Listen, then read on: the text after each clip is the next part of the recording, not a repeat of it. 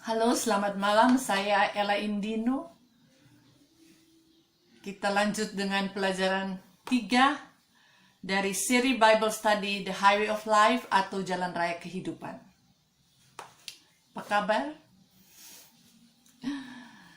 Sekarang kita sudah di pelajaran 3 yang diberi judul oleh penulis pilot yang pertama.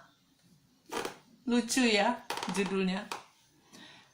Saudara-saudaraku yang kasih, harapan dan doa saya, kiranya grup PA The Highway of Life ini bisa menjadi satu hal yang membangkitkan, yang menyemangati kita untuk lebih lagi belajar firman Tuhan. Mari kita berdoa. Ya Allah dan Tuhan kami menyadari ya Tuhan bahwa Engkau hadir dalam Bible Study kami ini saat ini.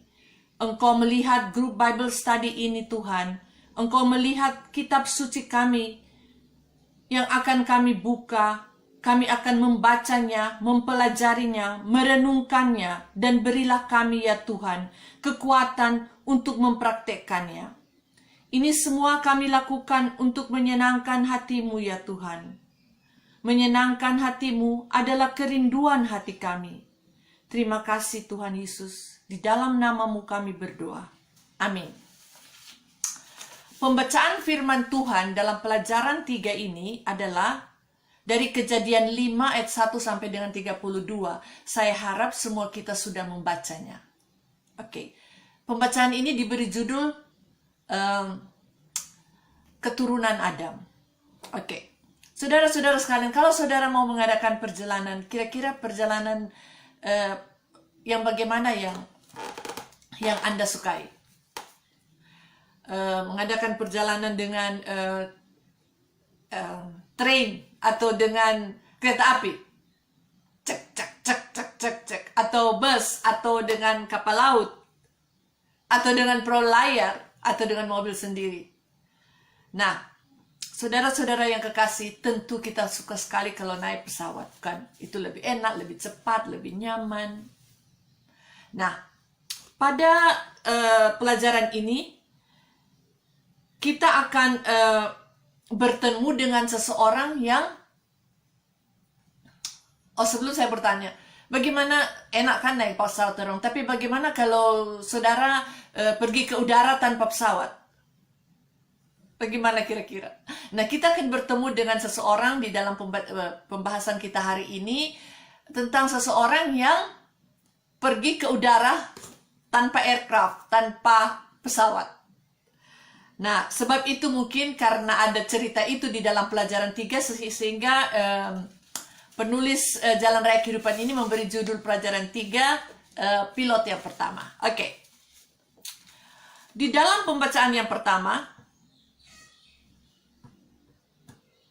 di dalam ayat pertama, kita bisa melihat ada tertulis demikian. Inilah daftar keturunan Adam pada waktu manusia itu diciptakan oleh Allah. Dibuatnyalah dia menurut rupa Allah. Kemudian ayat yang ketiga. Tunggu saya cari dulu ayat ketiga ya. Ayat ketiga bunyinya demikian. Setelah Adam hidup 130 tahun, ia memperanakan seorang laki-laki menurut rupa dan gambarnya. Saudara-saudara sekalian, di dalam ayat 1 dikatakan Allah menciptakan manusia itu menurut rupanya. Tetapi Adam dan Hawa melahirkan anak yang menurut rupa dan gambarnya. Toh?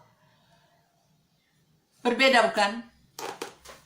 Dulu manusia itu ditutupi dengan kemuliaan Allah untuk kehidupan kekal. Tetapi sesudah Adam dan Hawa berdosa, maka dosa membawa maut. Sehingga Adam dan Hawa itu tidak akan hidup selama-lamanya. Ketika anak mereka lahir itu menurut rupa dan gambar mereka. Seperti kita sudah bicarakan kemarin, dalam pelajarannya lalu bahwa kelahiran anak-anak dari Adam dan Hawa bukan dari debu tanah lagi, tetapi dari persatuan antara spermatozoid dan telur perempuan. Kemudian menjadi zigot, kemudian menjadi embrio, kemudian menjadi bakal bayi, menjadi manusia. Dan kita juga ingat bagaimana Allah membuat manusia itu fearfully dan wonderfully. Fearfully itu bukan dengan ketakutan alam, tapi dengan begitu hati-hati, dengan begitu sungguh-sungguh. Toh? Kemudian kalau bahasa Indonesianya dahsyat dan ajaib. Oke. Saudara-saudara sekalian, semua anak-anak kita, anak-anak manusia itu sama dengan mama, papa, bahkan oma dan opa. Bukan hanya wajah, tapi juga ada satu yang diturunkan, itu temperamen. Temperamen anak kadang-kadang sama sekali dengan ibunya, walaupun tidak sama persis. Toh? Tetapi bagaimanapun juga, samanya anak-anak kita. Tetapi semua manusia itu unik, tidak ada yang sama. Contoh saja sidik jari mereka, itu tidak ada sidik jari yang dua. Toh? Sekarang kan orang-orang sedang bicara-bicara tentang chip 666 yang akan dimasukkan ke dalam tubuh dan orang-orang so bingung. Tapi sebenarnya tanpa chip itu saja, mata saya sudah terdaftar di airport, di kantor imigrasi. Cuma mau tindis mata, cuma mau tunjukkan mata saya, semua dokumen saya, tanggal lahir saya muncul. Berapa lama saya ke Filipina, berapa lama saya ke Amerika, berapa itu muncul semua. Cuma dengan mata. Tidak ada orang yang sama mata dengan saya. Nah, kita lanjut. Kalau kita membaca firman Tuhan tadi, di situ ada banyak sekali umur-umur panjang, toh. Tetapi kita tahu bahwa umur kita menurut Mazmur adalah 70 tahun. Kita baca Mazmur 90 ayat 10. Mana itu? Di mana dikatakan bahwa umur manusia itu sampai 70 tahun. Selebihnya itu sudah susah. Manusia yang dibuat dengan dahsyat dan ajaib, dengan fearfully dan wonderfully itu ternyata ada batas waktu. Ada akhirnya. Hanya Kristus saja yang tidak mati, yang lahir, melayani, mati, dan bangkit. Oh, mati tapi bangkit. Kalau kita melihat dalam pembacaan kita, itu diberi judul apa? Daftar keturunan. Masih ingat di mana bicara tentang keturunan? Teringat di Taman Eden apa yang Tuhan katakan bahwa kepada keturunan perempuan ini dan keturunan ular ini akan ada permusuhan. Dan keturunan dari perempuan ini akan menginjak kepala ular. Dan ular akan meremuk tumit dari turunan dari perempuan ini. Sehingga turunan itu sangat penting. Bagi orang Israel, bagi bangsa yang tunggu-tunggu akan kehadiran penebus, turunan itu penting sekali. Masih teringat bahwa bangsa Israel kalau melahirkan anak laki-laki, mereka selalu pikir-pikir, apakah sudah ini penebus? Begitu. Mereka berpikir-pikir terus begitu. Masih ingat ketika Yohanes Pembaptis muncul, mereka tanya, apakah engkau Mesias itu yang dijanjikan? Yohanes bilang, bukan, saya bukan.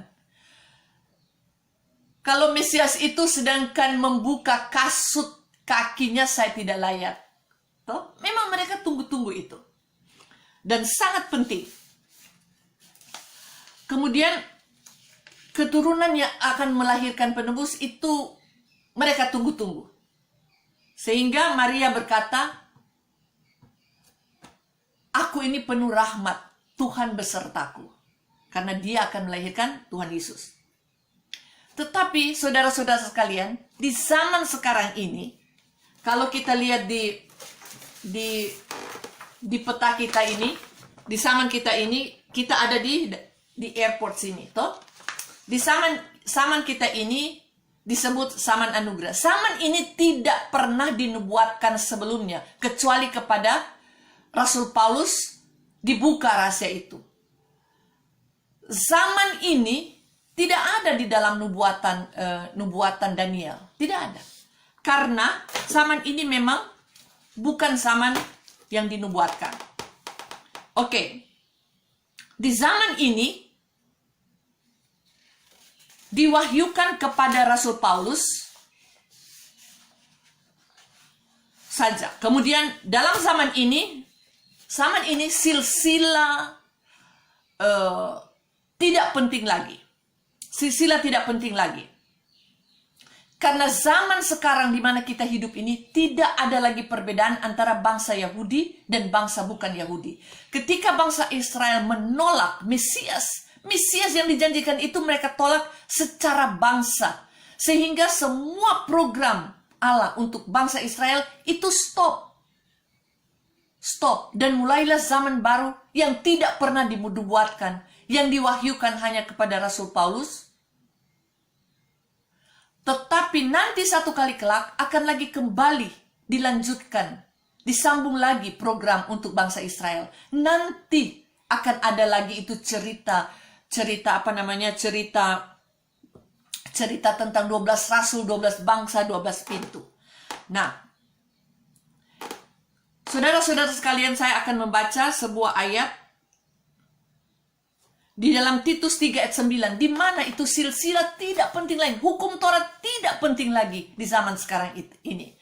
Di sini bunyinya, tetapi hindarilah persoalan yang dicari-cari dan yang bodoh, persoalan silsilah, percekcokan, pertengkaran mengenai hukum Taurat, karena semua itu tidak berguna dan sia-sia. Tidak ada gunanya lagi silsilah yang dianggap penting sekali bangsa Israel. Hukum Taurat tidak ada gunanya, sia-sia.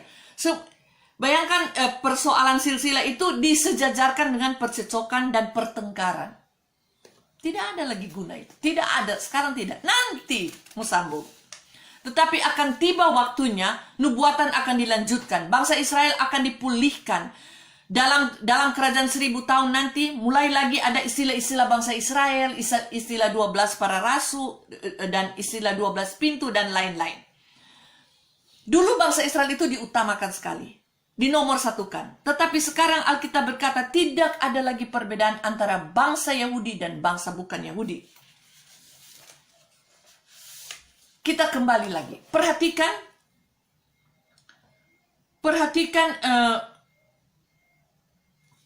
pembacaan kita.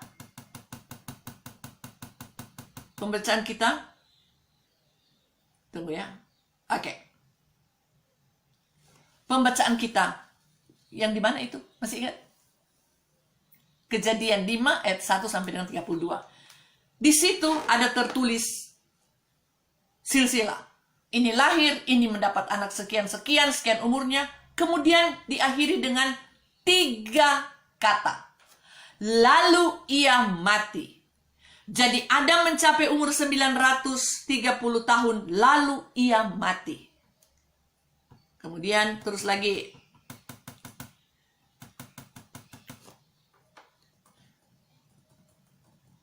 Jadi Enos mencapai umur 905 tahun, lalu ia mati. Jadi Kenan mencapai umur 910 tahun, lalu ia mati.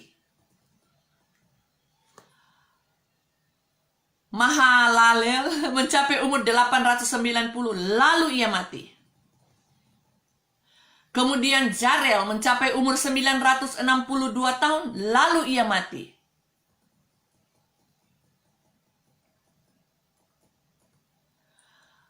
Metusala mencapai umur 969 tahun, lalu ia mati. Saudara-saudara sekalian, di negara suami saya, ada satu kelompok orang-orang yang kalau bicara mati, mereka bikin begini. Simbako, artinya, jauhkan daripadaku mati. Mereka tidak mau bicara mati. Mereka deny, membuat satu tindakan denial. Tidak mau bicara mati. Pokoknya bicara mati, jangan bicara di sini. Gitu. Saudara-saudara sekalian, kematian itu adalah satu hal yang pasti. Tidak boleh dihindari, tidak boleh tidak dibicarakan. Bukan? Alkitab berkata, upah dosa adalah maut. Karena dosa, kita akan mati. Kita harus bicarakan, ini penting. Jangan takut. Dulu saya waktu sesudah saya menerima Tuhan Yesus, saya sering bicara, mati mau kemana? Aduh, banyak sekali orang marah sama saya. Kau bicara mati. Itu satu fakta, kenyataan. Tetapi dalam pembacaan kita hari ini, ada satu orang yang tidak diakhiri hidupnya dengan lalu ia mati. Namanya Henokh. Dan Henokh hidup bergaul dengan Allah selama 300 tahun lagi. Setelah ia memperanakan Metusala dan ia memperanakan anak-anak laki-laki dan perempuan. Jadi Henokh mencapai umur 365 tahun. Kemudian ayat ke-24. Dan Henokh hidup bergaul dengan Allah, lalu ia tidak ada lagi sebab ia telah diangkat oleh Allah. Jadi Henokh itu tidak mati. Dia tidak ada lagi dan dia terangkat. Saudara-saudara sekalian, saya tertarik dengan kata bergaul dengan Allah. Alkitab berkata di dalam Amos 3 ayat 3 begini. Berjalankah dua orang bersama-sama jika mereka belum berjanji? Maksudnya, bisakah dua orang berjalan sama-sama tanpa ada kesepakatan atau persetujuan, agreement, atau saling mengerti? Tidak bisa. Pasti Henokh ini menyenangkan hati Allah, membuat persembahan yang benar, bergaul. Dan kalau kita baca di dalam kitab Yudas, di situ ada dikatakan bahwa Henokh itu bersaksi, Henokh itu memberitakan firman Tuhan. Nah, saudara-saudaraku sekalian, kita tidak tahu bagaimana Allah mengangkat Henokh, bagaimana caranya, kita tidak tahu, tidak tertulis. Tetapi hal yang ini indah adalah sebagai orang-orang percaya di Grace Airport yang kita bilang di Saman Anugerah itu bisa memastikan kepada kita bahwa sekali kelak bisa juga itu terjadi pada kita atau akan terjadi pada kita, bukan? Allah mewahyukan sebuah rahasia kepada Rasul Paulus. Allah mengatakan kepadanya bahwa Tuhan Yesus itu akan datang dengan bunyi sangkakala dan mereka yang sudah mati akan dibangkitkan dan yang masih hidup akan diangkat ke awan-awan. Itu terdapat di dalam 1 Tesalonika 4 ayat 13 sampai dengan 17.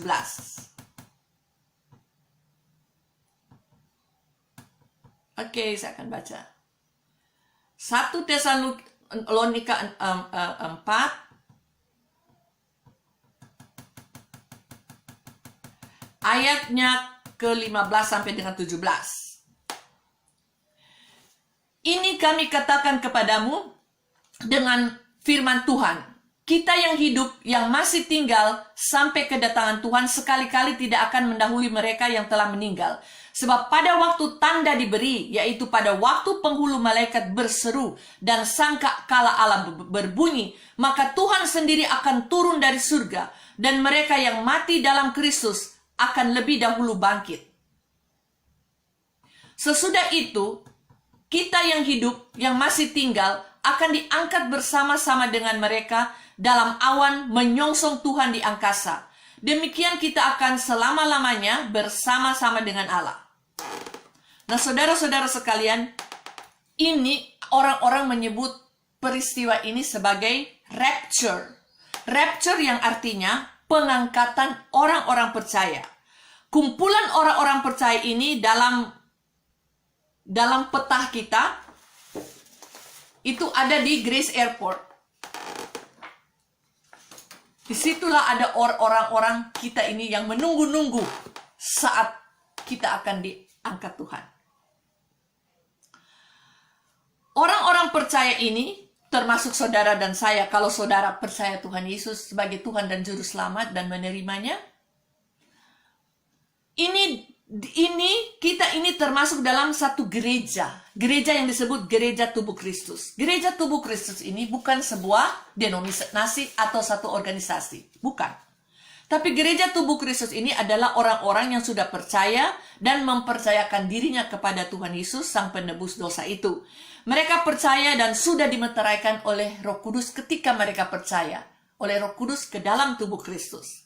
Rasul Paulus menyebut momen Tuhan Yesus datang di awan-awan ini sebagai rapture. Dalam bahasa Inggris dikatakan blessed hope, pengharapan yang sangat bahagia.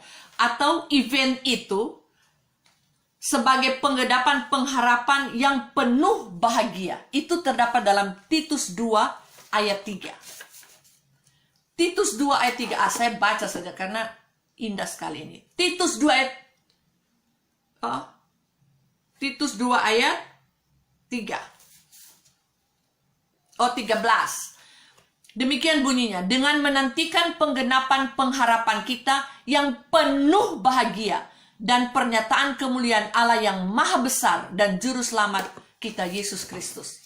Saudara-saudara yang kekasih, event itu akan terjadi. Kalau sekarang kita ada pandemik penyakit coronavirus 19. Toh? Tapi kedatangan Tuhan Yesus, event itu mundial. Itu juga secara dunia. Nah, saudara-saudara sekalian, saya ingin bertanya, apakah saudara bisa dikategorikan orang-orang yang akan terangkat, orang-orang yang menunggu-nunggu di Grace Airport itu, seperti saya? Itu pastikan.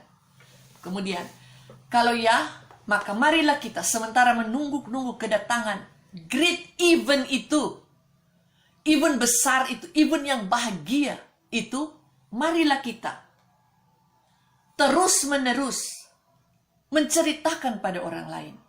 Ceritakan pada orang lain bahwa di bawah kolong langit ini tidak ada nama lain yang diberikan kepada manusia yang olehnya kita bisa diselamatkan. Hanya dalam nama Yesus. Kemudian beritahu tentang event blessed hope itu. Kedatangan Tuhan yang sangat bahagia. Mari kita berpikir, kita lanjut. Tentang tubuh Kristus itu. Tubuh Kristus yang adalah gereja Tuhan yang akan terangkat di event yang bahagia itu bukan sebuah denominasi atau satu organisasi. Ingat baik-baik itu. Top. Kemudian ada lagi satu hal. Sesudah orang-orang percaya diangkat, dikeluarkan dari bumi ini, maka suatu masa sengsara besar akan terjadi. Akan mulai. Masa sengsara besar. Saudara-saudaraku, sangat sedih kalau saudara-saudara terangkat pada momen rapture itu, pada event blessed hope itu, tapi ada keluarga kita yang tertinggal, ada orang-orang yang kita sayang ternyata tidak pergi. Sedih bukan? Sebab itu pastikan sekarang bahwa saudara termasuk dalam kelompok yang akan terangkat, dan kemudian teruslah beritakan tentang great atau event yang besar itu. Banyak orang belum tahu, banyak orang yang tidak mau tahu. Pinter-pinterlah kita menjelaskan. Jangan capek-capek. Saya ingin juga berkata, sudahkah saudara dengan sungguh-sungguh menjelaskan kepada sanak saudara, keluarga saudara, anak istri saudara, terangkan sungguh-sungguh bahwa Tuhan Yesus itu penebus dosa, atau saudara terlalu sibuk di dunia ini? Oke, ambil HP dan mulai menelpon, panggil teman-temanmu. Hey, kau tahu bahwa akan terjadi great event, blessed hope, di mana Tuhan Yesus akan datang di awan-awan menjemput orang-orang percaya. Kau tahu itu? Oke. Oh, belum tahu. Oke, nanti saya jelaskan. Tidak tahu jelaskan, panggil pendeta jelaskan. Semua orang harus diterangkan, harus dijelaskan. Oke? Jelaskan upah dosa adalah maut, tetapi kasih karunia adalah hidup kekal di dalam Kristus Yesus. Jelaskan, itu tidak susah menjelaskan. Bukan hanya pendeta yang bisa jelaskan. Kemudian, jelaskan juga tentang kata-kata Tuhan Yesus sebelum dia menghembuskan napas terakhir di kayu salib. Ketika dia bilang, sudah genap, sudah selesai. Jelaskan pada orang-orang apa artinya itu. Jelaskan waktu dia bilang itu, waktu Tuhan Yesus bilang itu, dia sementara berlumuran darah. Dia bilang sudah selesai.